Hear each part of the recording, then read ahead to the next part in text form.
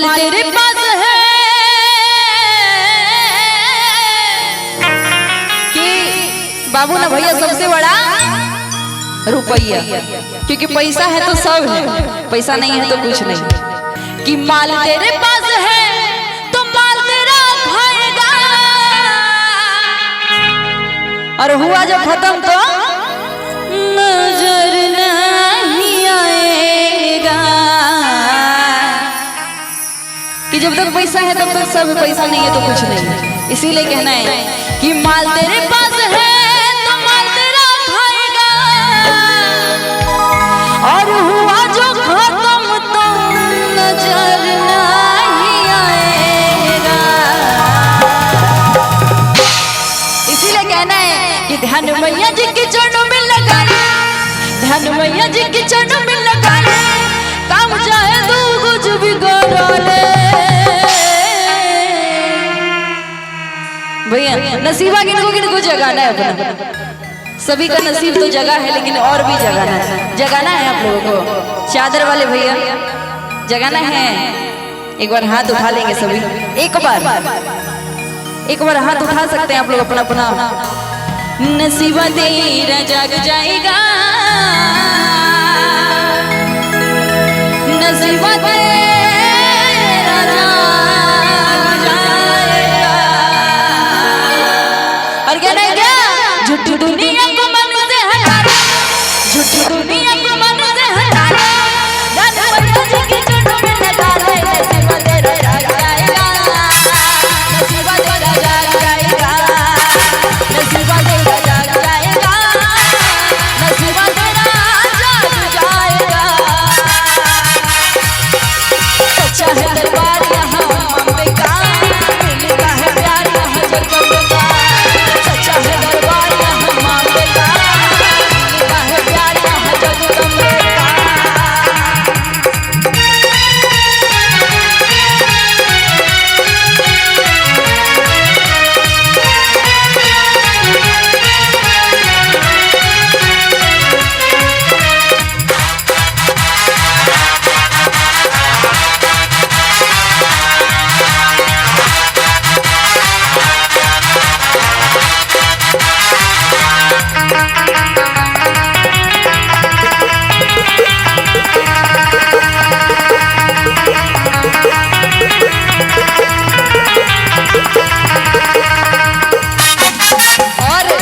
इस दुनिया में कोई ऐसे नहीं है जिनको धोखा ना मिले। किसी को माता पिता से धोखा मिलता है तो किसी को माता पिता, कोई है जिनको अपनी पत्नी से धोखा मिल जाए, कोई ऐसे भी है जिनको गर्लफ्रेंड से धोखा मिले, कोई ऐसे भी है जिनको बेटी और बहू से धोखा मिले, है ना। इसी पे कहना है झूठी संसार का तो चलन अनोखा है, पग पग मिले यहाँ धोखा ही धोखा है।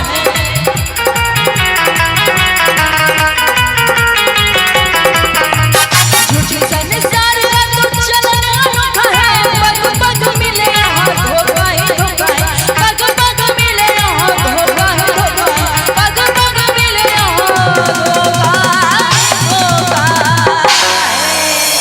इसीलिए कहना है कि ध्यान मैया जी के चरणों में लगा, क्योंकि हम तो लगाए रहते हैं चरणों में ध्यान, इसीलिए थोड़ा सा यहाँ पे कि ध्यान मैया जी के चरणों में लगाए, काम चाहे तो कुछ भी करा ले। नसीबा तेरा जाग जाएगा, नसीबा तेरा जाग जाएगा, नसीबा तेरा जाग जाएगा, नसीबा तेरा जाग जाएगा।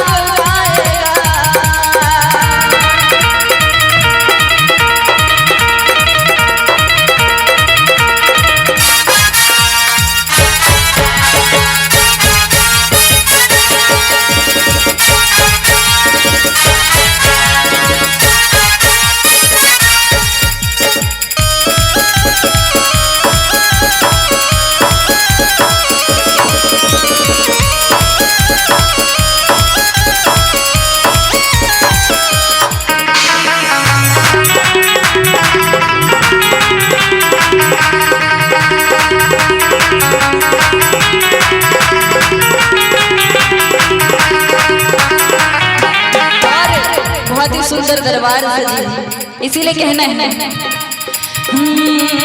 अरे मस्ती भरी रात है, मेरी मैया मेरे साथ है, जीने का ले ले मजा, करने की क्या बात,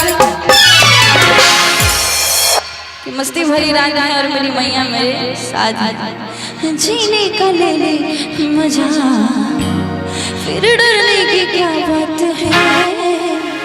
इसीलिए कहना एक बार थोड़ा हाथ वैसे फोल्ड करके ना रखें, हम पढ़ाने नहीं आए आप लोगों को, ठीक है। और थोड़ा सा घर का टेंशन खत्म करके यहाँ पे आए हैं तो थोड़ा सा झूमिए। वैसे पीछे हमें दिखाई नहीं दे रहा है लाइट की वजह से, पीछे भी बहुत सारे लोग बैठे हुए हैं, हमारी माताएं बहनें भी बैठी हुई है शायद। एक बार आप लोग हाथ उठाएंगे, अच्छा दिख रहे हैं आप लोग थोड़ा थोड़ा, इसीलिए कहना है क्या कि होगी बड़े न्यारे न्यारे न्यारे, होगी बड़े न्यारे न्यारे न्यारे, और इसीलिए कहना है क्या अरे कि मस्ती भरी रात है, मैया मेरे साथ है, जीने का ले ले मजा,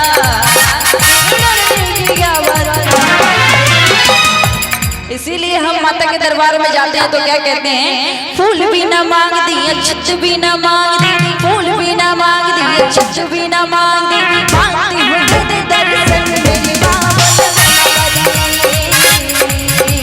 जय माता दी जय माता दी।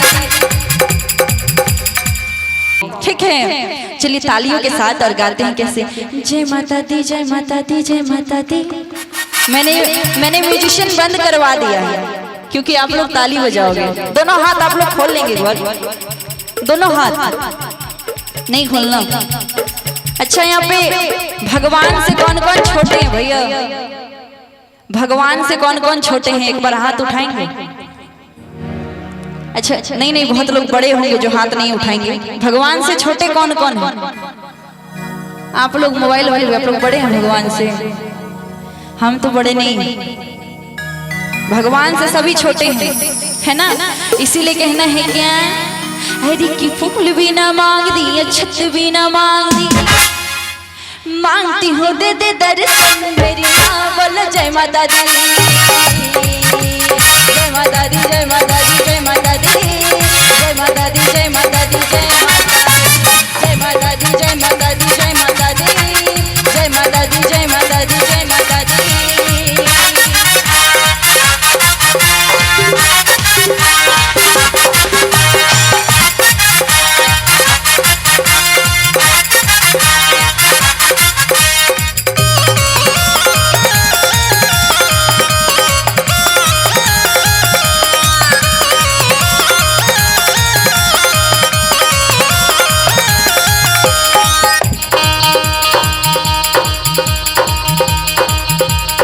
और बहुत ही सुंदर रात, और कहना है क्या आज है जगराता मैया का माँ को मना लेना, आज है जगराता मैया का माँ को मना लेना, अरे भैया जी हाथ नहीं बर्दाश्त करके अजर ताली बजा ना। और हमारे चाचा लोग पहले से आके बैठे हुए हैं, है ना चाचा, चाचा ओ चाचा, चाचा ओ चाचा जी, ओ चाचा, चाचा सुन रहे हैं कि जैसन सोच ले रहनी वैसन चाचा मोर बड़े, और का चाची जी से गोर बड़े, जैसन सोच ले रहनी वैसन चाचा मोर बड़े, चाची जी से गोर बड़े, छरहर बदन तुमका छरहर बदन मोरे गोर। चाचा ओ चाचा भजन अच्छा नहीं लग रहा है, अच्छा नहीं गा रहे हैं हम, कोशिश तो विष्णुदेव चचा हैं। अच्छा आइए जो भी चचा हैं, चाची जी को तो नहीं देख रहे, चाची जी है ना अभी, है ना, है तो कहीं से सुन रही होंगी चाची जी, थोड़ा चचा को बोलिए, कुछ कुछ बोलेंगे कि जैसन सोच ले रहनी ऐसन चचा मोर बड़े, चाची जी से गोहर बड़े हो, जैसन सोच ले रहनी ऐसन चचा मोर बड़े, चाची जी से गोहर बड़े। और हम लोग कहा थे कि आज है जगराता मैया का, जरा माँ को मना लेना कि ये भैया जी। और हमारे जो म्यूजिशियन हैं हृदय भैया, रुपेश भाई जी और जी रविनंदन भैया जी, ये तीनों के लिए एक बार तालियां बजाएंगे आप लोग। हमारे जो हृदय भैया है ना, बोलते हैं ना भोजपुरी में गर्दा धमाका, वही इसीलिए कहना है हृदय भैया के लिए। आइए हृदय भैया, ए भैया जी जरा ताली बजा ले, ए भैया जी जरा ताली बजा ले।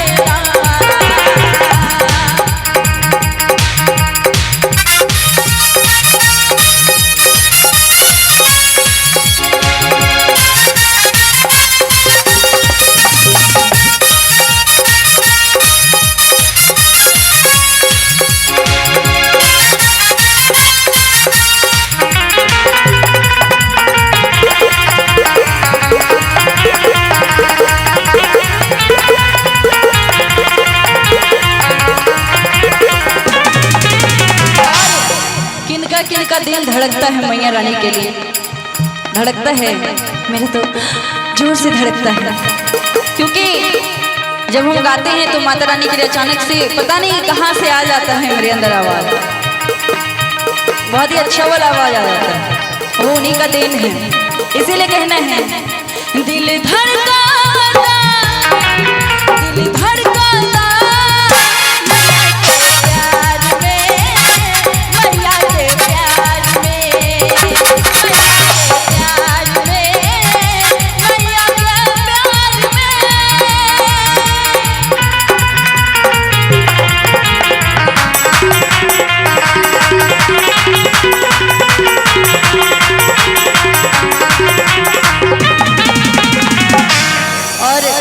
इधर उधर खड़े हैं, अगर यहाँ के बैठ जाएंगे तो बड़ा ही अच्छा लगेगा, लगेगा ना अच्छा। सब इधर उधर खिड़े हुए हैं, सभी यहाँ बैठ जाएंगे, कंबल वंबल लेके ओढ़ ओढ़ के बैठ जाएंगे, ठंडा लगेगा तो अच्छा लगेगा, थोड़ा भरा भरा हुआ सा लगेगा, है ना। और बाकी सब तो इधर है। अरे कि टुकुर टुकुर तकला से आगुछ न हुई, क्योंकि बहुत ऐसे होते ना, अरे कि खुसर फुसर करला से कुछ न हुई, अच्छा लगा। अरे कि टुकुर टुकुर टकला से कुछ न हुई, अरे कि खुसर फुसर करला से कुछ न हुई। पप्पू भैया बैठ जाइएगा, आप भी कंबल वंबल ओढ़ के। कैसे जब ले ताली ना, ताली नहीं बजाइएगा, हो जुबली ताली ना, आवाज नहीं आ रही, कान खराब है ना, थोड़ा सा प्रॉब्लम है। हो जुबली ताली ना, पीछे वाली जो हमारी माताएं बहनें, आप लोग भी थोड़ा सा हाथ उठा लीजिए अपना। हो जुबली ताली ना, आप 2 मिनट बर्दाश्त कीजिए। हो जुबली ताली ना, नहीं बजाइएगा, चलिए आप ही लोग बजाइए। जुबली ताली ना बजेगा सुना हो, ताली ना बजेगा सुना हो, कुछ ना होई, कुछ ना होई, कुछ ना होई, खुसर खुसर कराला से कुछ ना होई। एक बात मैं आप लोगों को कह दूं कि आप लोगों की वजह से ही हम लोगों को इतना सपोर्ट मिलता है, हम लोगों को प्यार मिलता है, आशीर्वाद मिलता है, थोड़ा सा आगे बढ़ने का मौका मिलता है, थोड़ा सा फेमस हो जाते हैं, होते हैं ना। इसीलिए आप लोगों के लिए बहुत ही प्यारी सी लाइन कि मुस्कुराने की वजह तुम हो, गुनगुनाने की वजह तुम हो, जिया जाए ना जाए ना जाए ना, ला ला ला ला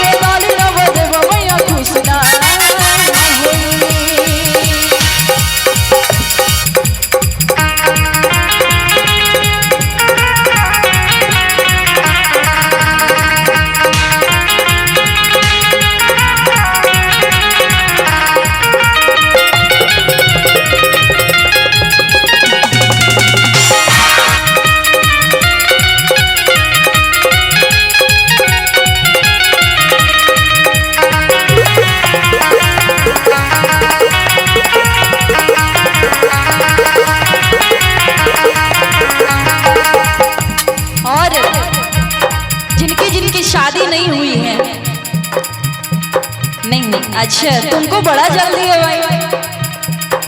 हेलो, बड़ा जल्दी है शादी का, एकदम से कर लो। कहते ना जो शादी करे वो भी पछताए, जो ना करे वो भी पछताए, है ना। कोई कोई चाहता है करके पछताए, कोई कोई बिना करे पछता रहे हैं, तो इससे बढ़िया कर ही लो भाई। इसीलिए कहना है कि माता के दरबार में आके जो हाथ उठाएंगे ना, उनका मतलब हो जाएगा शादी, है ना।